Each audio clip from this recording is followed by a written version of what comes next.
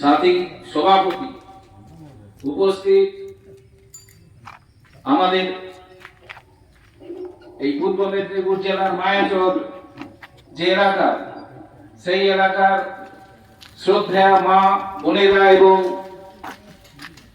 যারা এই এলাকার সম্মানীয় ব্যক্তি আছেন, চাষি ভাই আছেন এবং যারা সর্বোপরি সমস্ত মায়াচরবাসী, সবাইকে আমাদের সারা ভারত কৃষক সভা এবং সারা ভারত যে কেন্দ্রীয় ট্রেড ইউনিয়ন সিআইটু দুটো সংগঠনের পক্ষ থেকে আপনাদের অভিনন্দন, ভালোবাসা, শ্রদ্ধা জানাচ্ছি। আজকে আমরা বিশেষ কারণে এখানে উপস্থিত হয়েছি। কারণটা হচ্ছে একটা, এতদিন জানতাম পেটে ভাত নেই তার জন্য লড়াই, আমরা জানতাম জিনিসপত্রের দাম কেন তার জন্য লড়াই, কেউ বলবেন লক্ষ্মী ভান্ডার পাইনি তার জন্য লড়াই, কেউ বলবেন আমার আবাস যোজনায় ঘরের নাম নেই কেন তার জন্য লড়াই। কিন্তু আজকে যে লড়াই, সেই লড়াইটা হচ্ছে আমার মাথার উপর ছাদটা থাকবে কিনা তার জন্য লড়াই, আমার যে বাসস্থান তৈরি হয় তার তলায় যে ভূমিটা মাটিটা থাকে সেই মাটিটা আমার থাকবে কিনা তার জন্য লড়াই। অর্থাৎ যে সমস্ত মানুষদের কোনো ঘর বাড়ি ছিল না, জমি জায়গা ছিল না, ভূমি ছিল না, সেই সমস্ত মানুষদের কথা ভেবে এই লাল ঝান্ডা জন্ম লগ্ন থেকে সারা বিশ্বে এবং ভারতবর্ষে পশ্চিমবাংলায় দীর্ঘদিন ধরে লড়াই আন্দোলন চালিয়ে এসেছে। তারই ফলে এখানে 1977 সালে যে বামফ্রন্ট সরকার তৈরি হয়েছিল, যার নেতৃত্বে ছিল জ্যোতি বসু মুখ্যমন্ত্রী, সেখানে ঘোষণা হয়েছিল যে ভূমি সংস্কার আইন বামফ্রন্ট সরকার তৈরি করেছে। সেই ভূমি সংস্কার আইনের মধ্য দিয়ে যারা ভূমিহীন তাদেরকে জায়গা দেওয়ার ব্যবস্থা হয়েছিল এবং নথিভুক্ত ভাবে, মুখের কথায় নয়, সরকারি কাগজ দিয়ে। এবং যারা ভাগ চাষী ছিল, মুখে মুখে ভাগ চাষী, সেই ভাগ চাষীর স্বীকৃতি দিয়ে বর্গাদার আইনের মধ্য দিয়ে সরকারি নথিভুক্ত কাগজ দেওয়া হয়েছে, দলিল দেওয়া হয়েছে। সে পাট্টা দলিল বলে, বর্গাদার দলিল বলেন, সব দলিল দেওয়া হয়েছে এবং তার জন্য আইন করা হয়েছে। সেই আইন কিন্তু এখনো বলবৎ আছে পশ্চিমবাংলায়, সারা ভারতবর্ষের সাথে। সেই আমলকে বুড়ো আঙুল দেখিয়ে আপনারা জানেন হুগলির গোঘাট এলাকায় ওখানে অনেকগুলো পরিবারের যে সমস্ত জমি এবং ভূমি বামফ্রন্ট আমলে দেওয়া হয়েছিল, বামফ্রন্ট সরকারের আমলে, সেগুলোকে বলা হচ্ছে নিয়ে নেওয়া হয়েছে।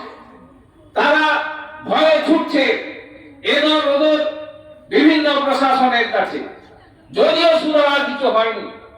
ঠিক তেমনি আপনারা দেখেছেন রাজ্যের বিভিন্ন জায়গায়, সন্দেশখালীতেও শুনেছেন যে যে সমস্ত জমি তারা অধিকার বলে, পাট্টার বলে তারা মালিক ছিল, সেগুলি কেড়ে নেওয়া হয়েছে।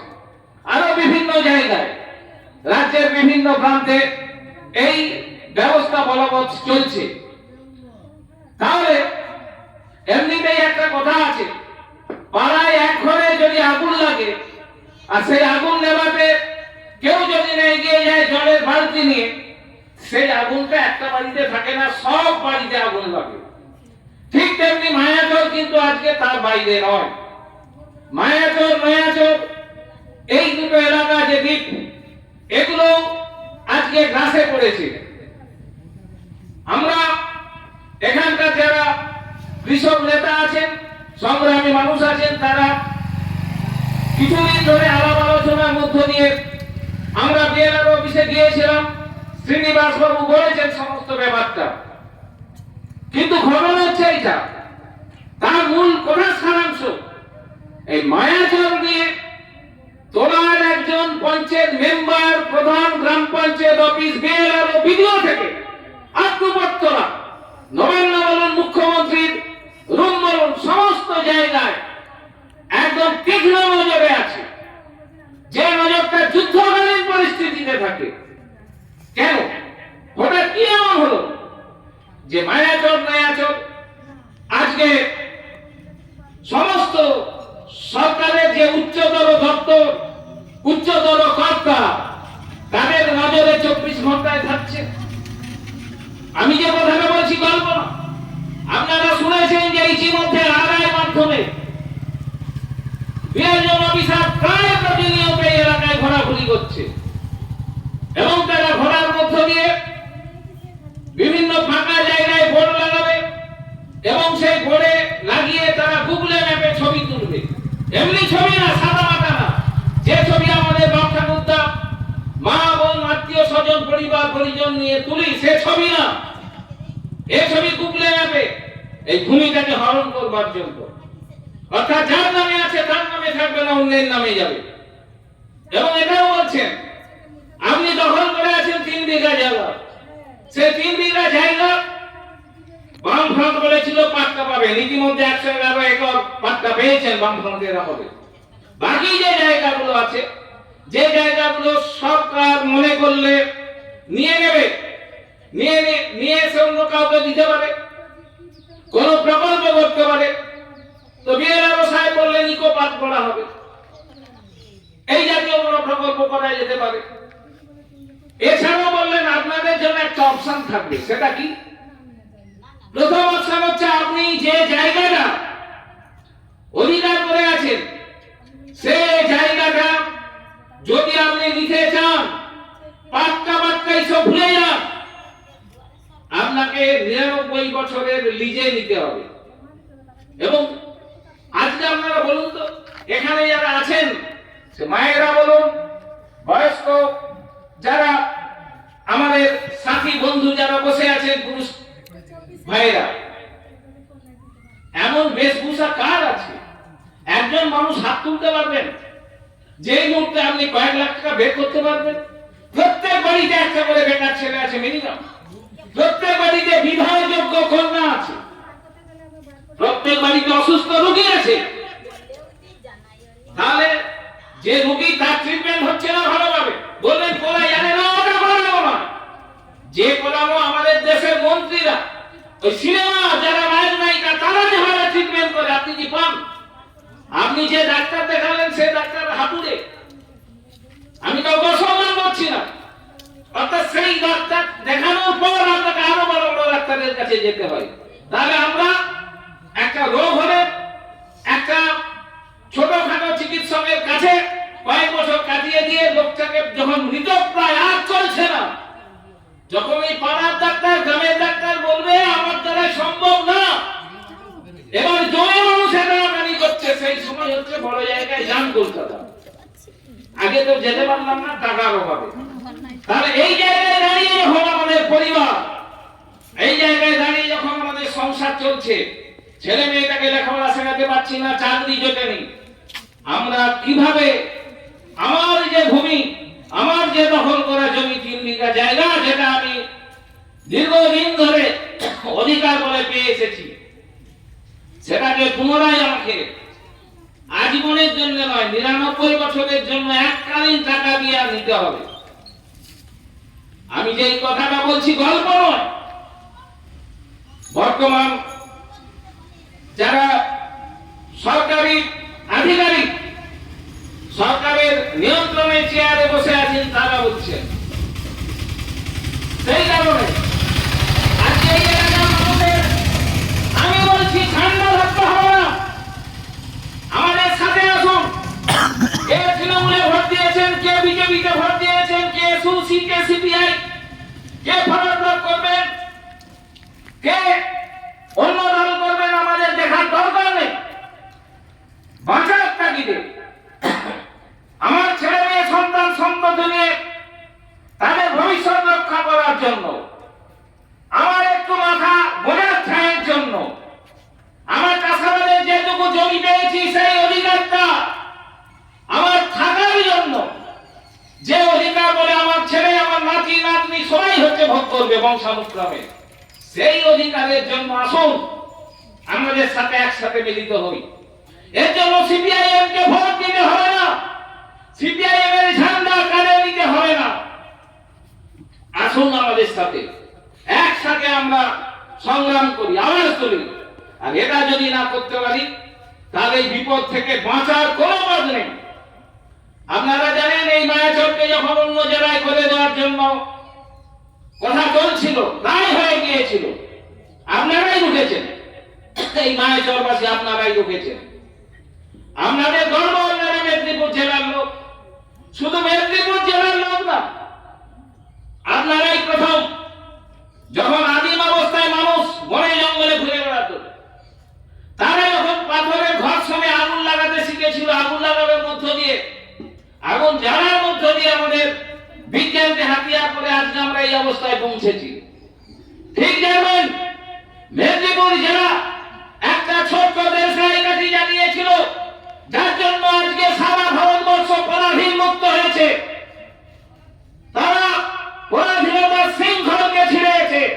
মেদিনীপুর জেলা একটা ছোট্ট ক্ষুদিরাম, তার বয়স কত ছিল? ছোট্ট বাচ্চা, সাবালক না, 12-14 বছরের ছেলে একটা, স্কুলে পড়তে পড়তে স্বাধীনতা আন্দোলনে ঝাঁপিয়েছিল। আর সেই ছেলেটা হাসতে হাসতে ফাঁসির কাটে না ঝুললে আপনি আজকে পেতেন স্বাধীনতা? আজকে যারা স্বাধীনতা আন্দোলন না করে ব্রিটিশের তাড়াতাড়ি করে গর্ব করছে আমরা স্বাধীনতা আন্দোলন করেছি, আমাদের লজ্জা হলো দেখতে হচ্ছে তাদের ছবি। কিন্তু আসল যারা সংগঠক, এই ক্ষুদিরাম, বিনয় বাদল, দীনেশ প্রফুল্ল, চাকি, মাতঙ্গিনী, হাজরা, এদেরকে বাদ দিয়ে স্বাধীনতা আন্দোলনের রক্ত ফোটেনি। সেই যে ক্ষুদিরাম, যে ছোট্ট আগুনটা জ্বেলেছিল দেশলাই কাঠি, সেই ক্ষুদিরামের রক্তে আজকে আমরা স্বাধীনতা পেয়েছি। মেদিনীপুর জেলার মানুষের একটা সংগ্রামী চেতনা আছে, সারা রাজ্যের, সারা দেশের মানুষের থেকে মেদিনীপুর জেলার মানুষের চরিত্র আলাদা। মেদিনীপুর জেলার মানুষ কোন মতে অন্যায়কে মাথা পেতে নেয়নি, কোন অন্যায়ের কাছে মাথা নত করেনি। এটাই হচ্ছে মেদিনীপুর জেলার মাটির ইতিহাস। মেদিনীপুর জেলার মাটির সাথে রক্তের সম্পর্ক আছে বিপ্লবীদের। আর সেই কারণে মাতঙ্গিনী হাজরাকে ঝাঁঝরা করে দেওয়ার পরও তার ভদ্র মুষ্টিতে দেশের ঝান্ডা ছিল, তেরঙ্গা ঝান্ডা, ভুলুণ্ঠিত হয়নি।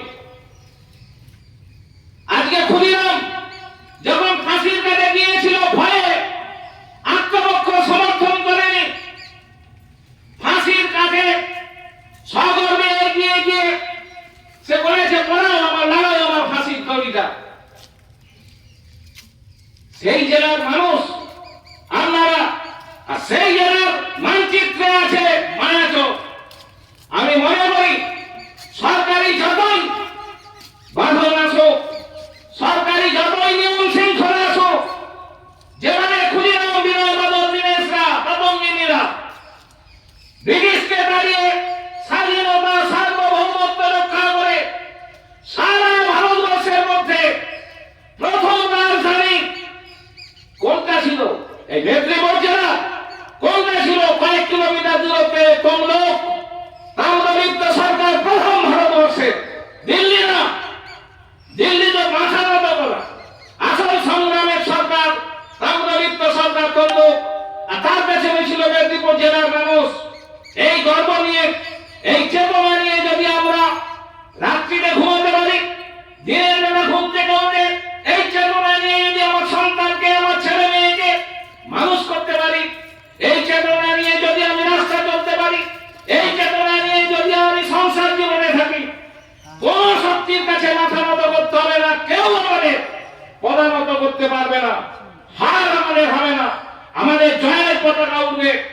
সেই কারণে বলছি, যে যারা রাজনীতি করেন, আমি আমাদের সমস্ত কর্মীদের বলবো, যারা আমাদের সাথে আছেন, ভালোবাসেন লাল ঝান্ডাকে, ভোট দিয়েছেন, সবার কাছে আবেদন, মনটাকে প্রসারিত করতে হবে দেশের স্বার্থে, মনটাকে প্রসারিত করতে হবে মানুষের স্বার্থে।